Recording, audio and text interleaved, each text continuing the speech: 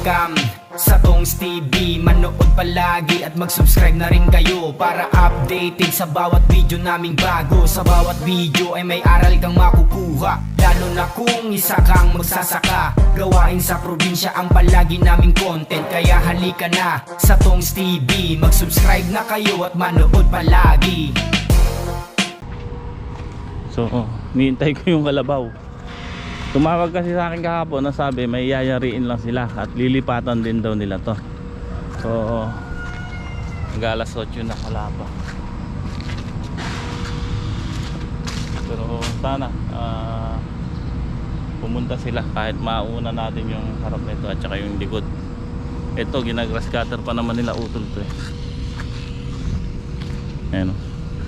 Ginagrass cutter na nga po sila utol dito. Ayan, linis na o. Maganda ng tignan. Ayan, so nakakabawi na yung mga natin, mga halaman. Gawa nga po ng napahinga yung ugat nila sa tubig. So sana bago umulan eh, dahil paparat na magbuwan na naman daw, may bagyo at mahahatak ang habagat. So ang gagawin na namin, yun nga, tataas na natin yung tudling, tatabo natin yung lupa sa tudling pagka araro ng kalabaw yan. Dahil tapos hukayin pa natin to para maagad na yung tubig.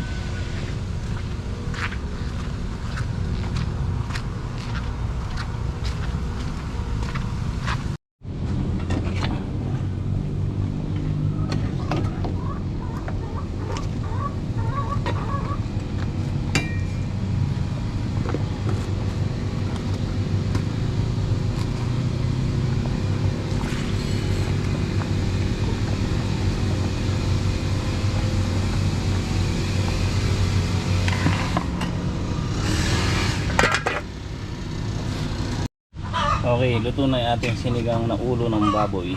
Yan. Almusal namin. Almusal at tanghalian. Pagka hindi dumating yung mga kalabaw, hanggang tanghalian yan. Pagka dumating yung mga kalabaw, ay matipik ang konti. So, kain na po tayo. Kain na po tayo. Sarap na ito, ulo ng baboy.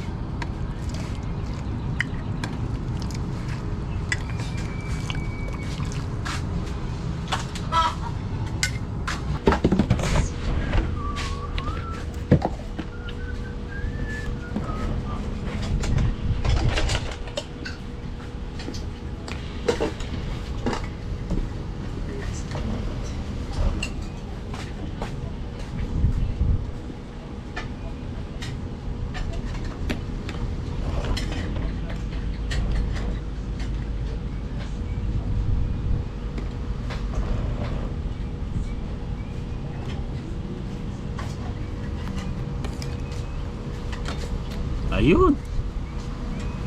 Tawin mo muna. Kakain muna ka.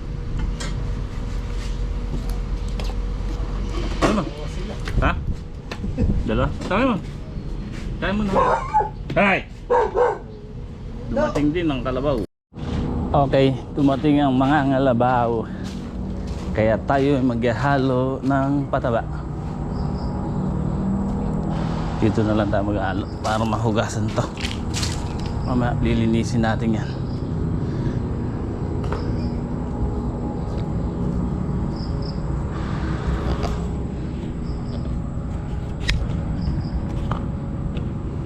Hindi pa nabawasan. 2, 4, 6, 8 12 ba?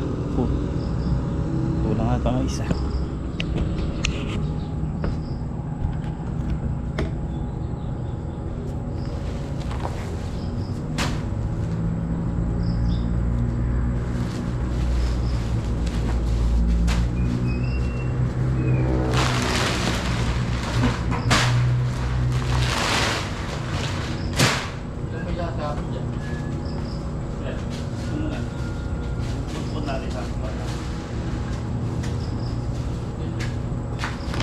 Hindi naman sasabugan. Kailan pa sasabugan niya? pa.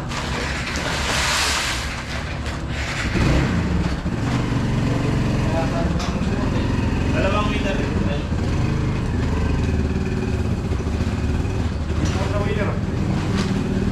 Sige, dalawang tayo.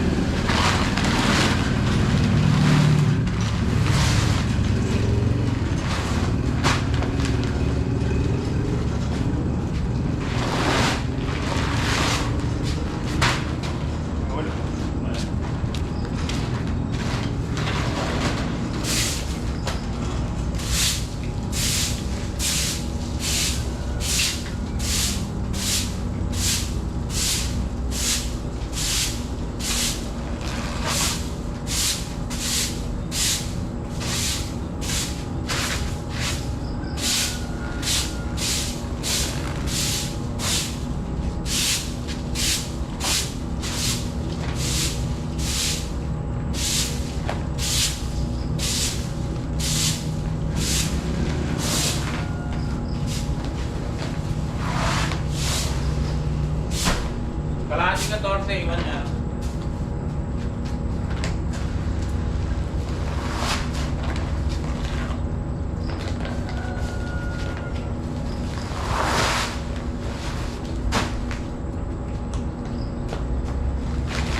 Iiwanan na to. Kalahati. Ito din yan.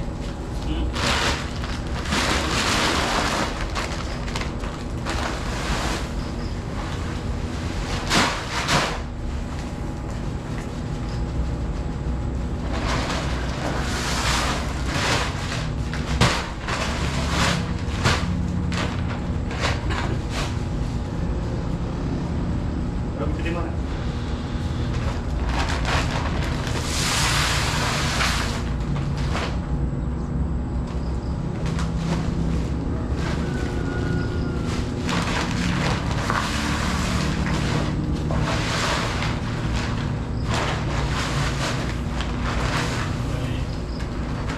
Ilan yan? Parang ko eh. Kalahati na rin, iwan. Hindi, haluin yun na. Babawasan na lang natin lalagay yan. Alas ito ganun din. Dalawang 14, dalawang winner, isang night ball. Dalawang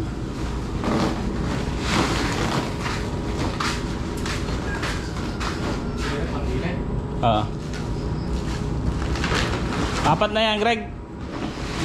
Apat na. 4, 6, 8, 10. Ayan, sakto 13. Tsaka 6 na dupos.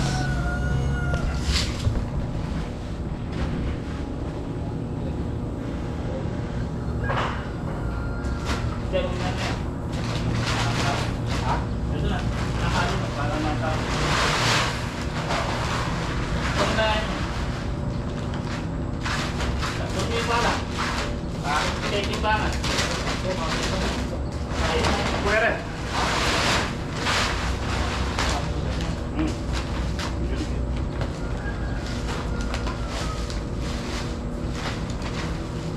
Dalawang pala, may timbangan.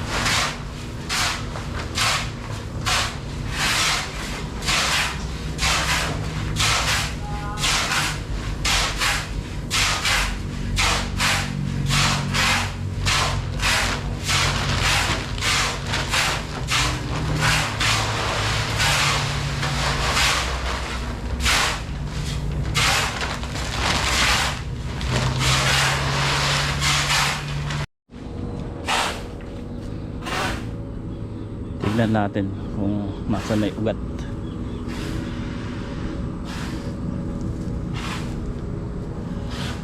So wala pa naman, kaya tama lang, ayos na yung pagkalagay.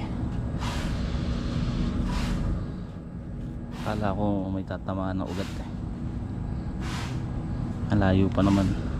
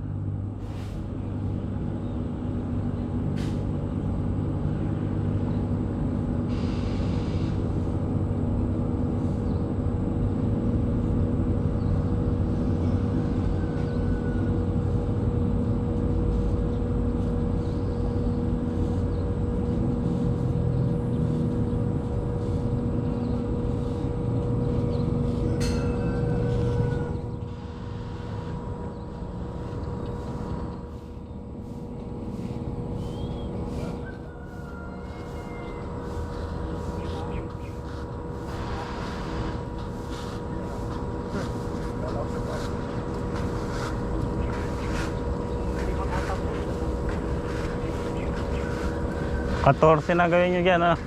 Dalawa.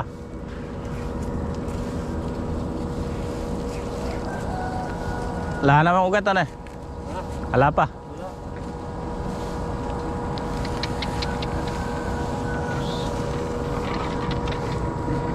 Pero yun, kaya madalang ano.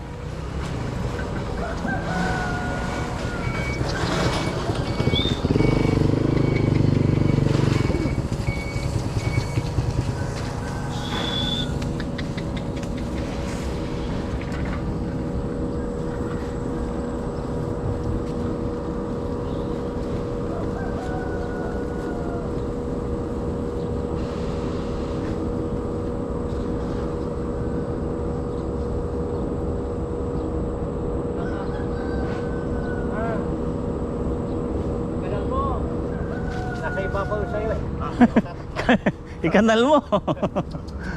Wag mo na inaano yung ibabaw.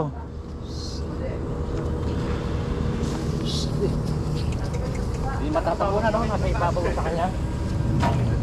Wag mo na itaas. Sa kanal na lang.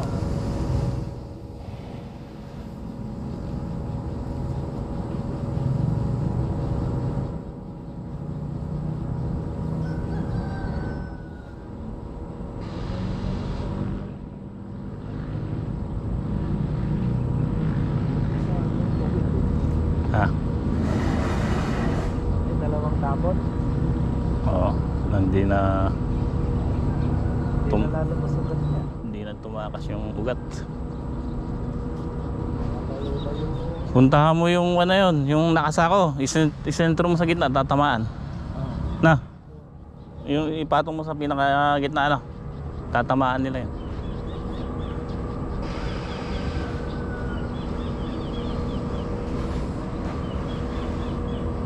Hindi na kayo malalagta kahit kumara. Hindi na, tabunan na yung ugat eh. Kasi lagay ay ugat eh. Huwag munang umulan. Ayan, tigkuhan lang ano, 18. 15, 18 ano. 15. 15 tudlingin nandun, di ba? Pati yung dulo. Ah, ito, bukas na to. Di pa tapos grass katirin eh. Tig, di 18 na 15. Pang doon sa dulo yan.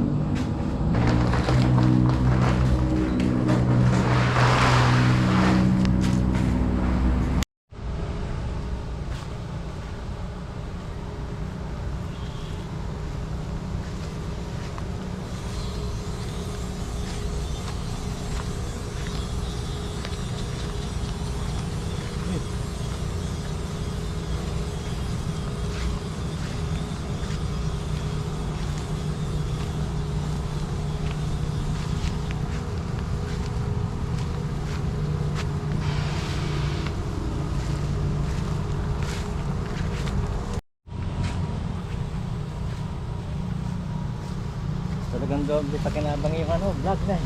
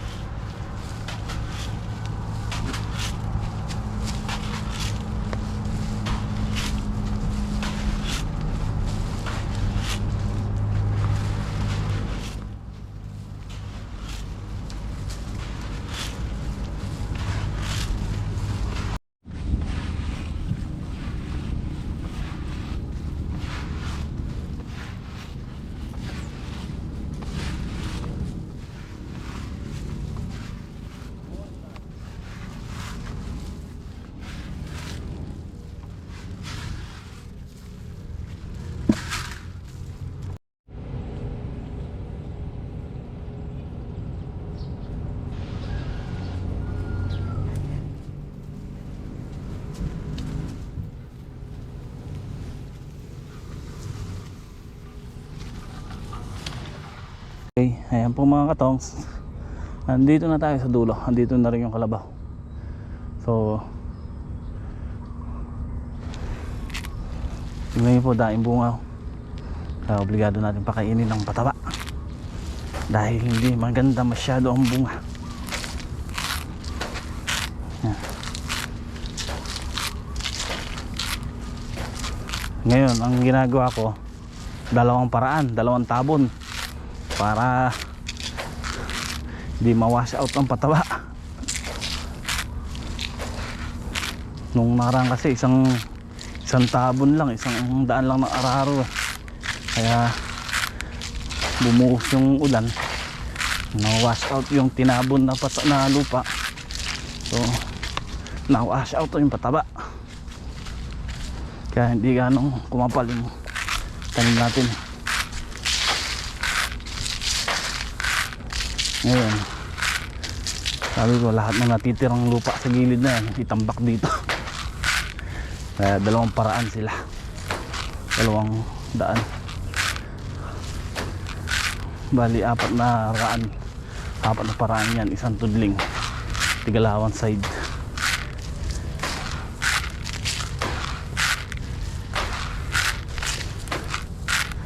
Bubuga to mga to, bubuga pa to. Sariwa pa yung grafted natin ngayon.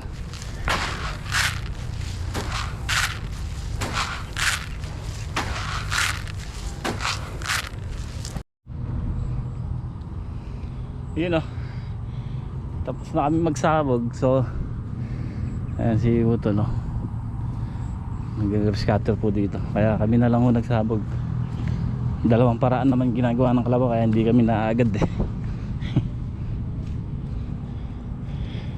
So isiling pinatabaan natin kahapon.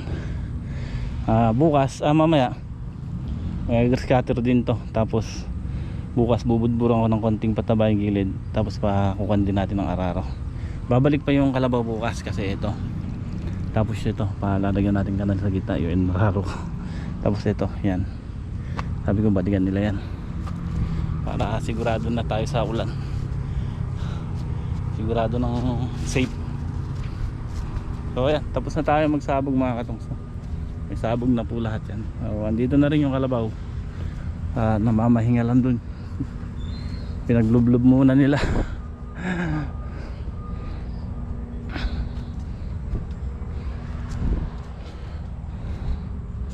Papapala ko sa dalawa muna.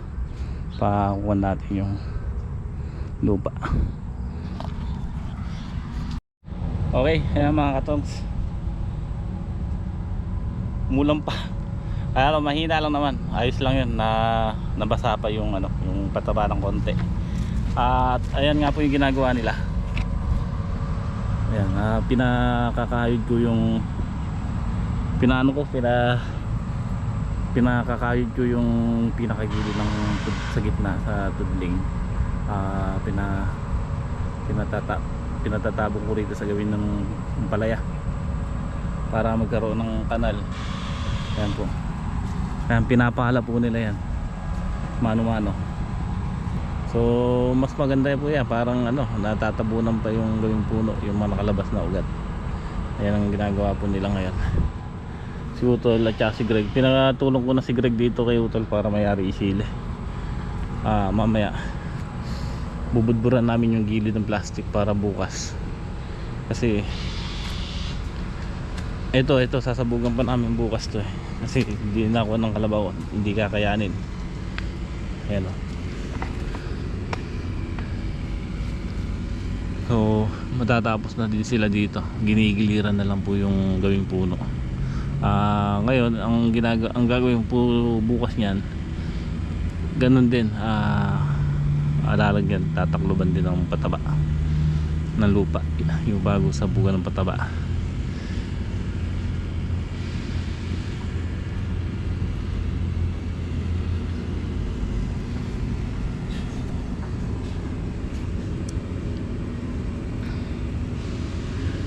Iniwan ko po yung dito, yung para dito sa harap na 3 bulto at saka dalawang dupos.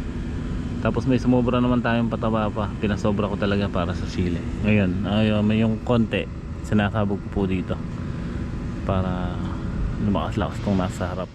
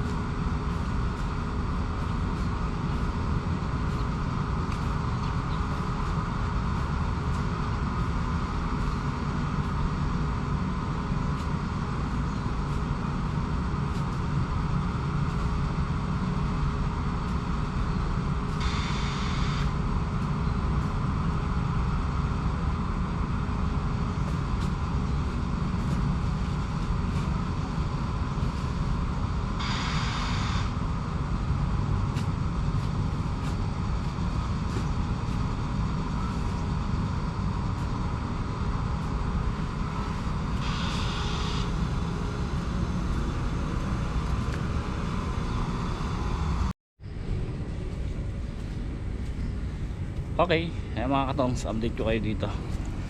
Yun o, malinis na. Ito yung sinasabi ko, may nasusunog na dahon sa kanyan, sa ugat. Pagka litaw ng ugat.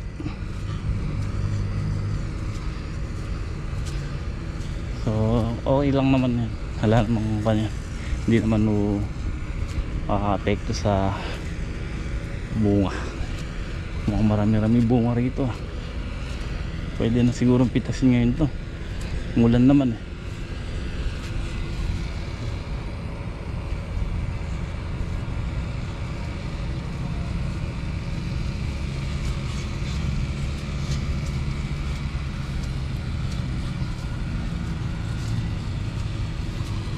Tsaka na-sprayan namin ng konti pungguran.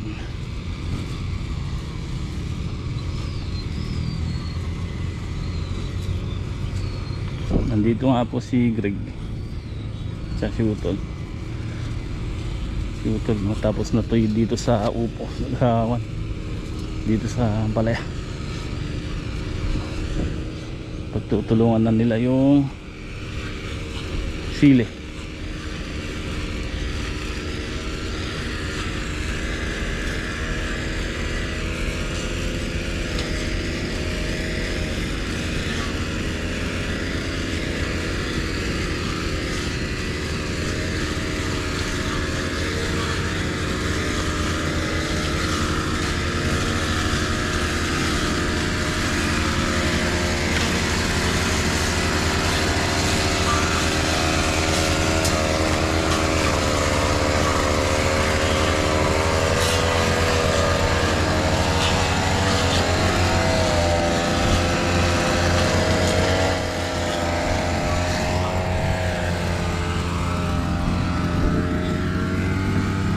Bala kong budburan ng pataba rito mga katong sa gilid eh.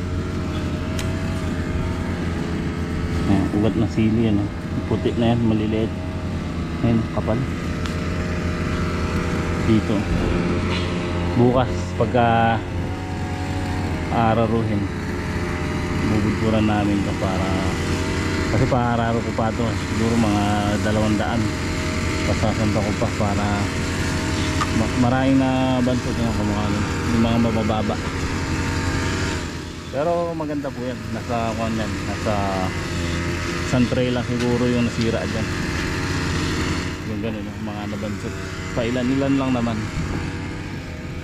Pero sabi ko nga eh, kailangan natin ipaakyat pa yung lupa para palalaliman tong gitna na yan, para yung tubig maagad na itapon.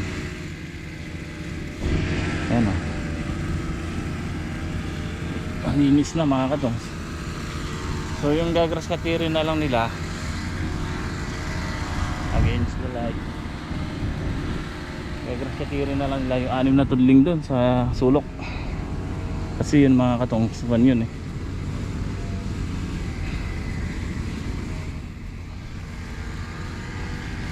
Madamo yung 6 na tudling doon sa sulok. So ayan o, kamukha po na ito mga katongs. Sa susunod ito itataniman natin yung gitna na yan.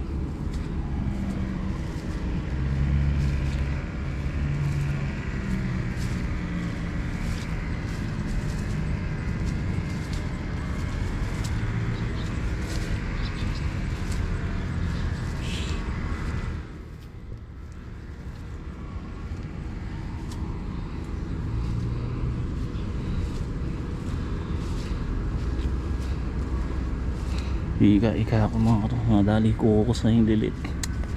Sakit, nabakbak, natalisod sa bato, pakakirot. Ayan, sinasabi ko mga kato, mas ito bunga sa taas.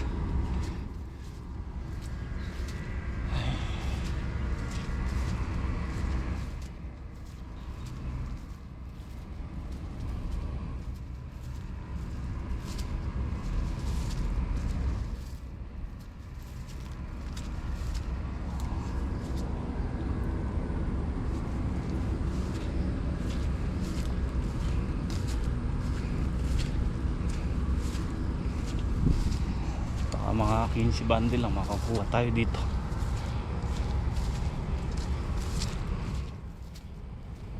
Hindi naman siguro uurong ang malaki bukas yung harvest natin.